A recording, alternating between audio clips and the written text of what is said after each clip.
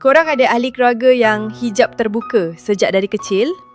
Ini kompilasi kisah seram Kak Klong yang dikurniakan Sixth Sense sepanjang hidupnya.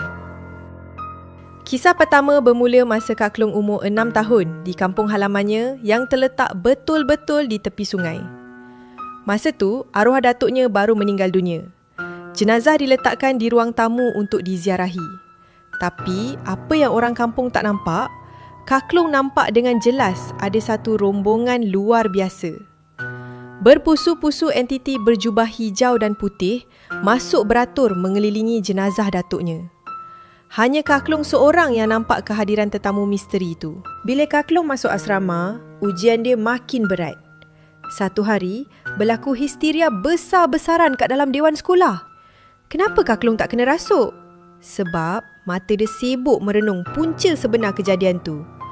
Di satu sudut dewan yang gelap, Kak Klong nampak ada susuk tubuh seorang lelaki berpakaian serba hitam dan bersongkok tengah berdiri tegak merenung budak-budak tu. Sekali lagi, hanya mata Kak Klong yang nampak dalang histeria tu sampailah ustaz datang halau. Masih di asrama yang sama, Kak Klong tidur di katil double decker tingkat atas. Tengah malam tu, Kak Klong rasa tak sedap badan. Bila dia pusingkan kepala dari kanan ke kiri, pap! Betul-betul kat depan muka dia, ada wajah berbalut kain kafan lusuh yang sangat busuk, tengah berdiri tegak memandang Kak Klong. Korang bayangkanlah, Kak Klong tidur tingkat atas, tapi muka pocong tu boleh sama level dengan muka dia. Gila tak gila tinggi makhluk tu? Kalau orang lain dah pengsan berpeluh, tapi Kak Klong ni jenis hati kering. Dengan cool dan tenangnya, Kak Klong pusingkan balik muka dia menghadap dinding. Dia tak berani turun katil.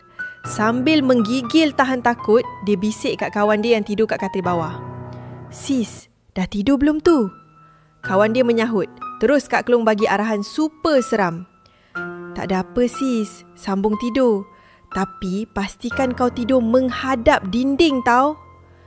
Kawan dia kat bawah tu terus cuak dan menggigil sampai ke pagi sebab faham sangat kod Kak Klong tu. Bila Kak Klong dah masuk universiti dan menyewa rumah sewa, ingat dah habis ke?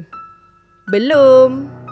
Satu malam, masa lalu kat kawasan bilik air, Kak Klong terdengar bunyi orang tengah mandi. Bunyi air diseduk pakai gayung. Bila Kak Klong jenguk sikit je kat pintu bilik air tu, dia nampak ada satu susuk tubuh tengah syok mandi basahkan badan. Tapi masalahnya, susuk tubuh tu tak ada kepala. Nasib baiklah benda tu tak menyanyi sekali.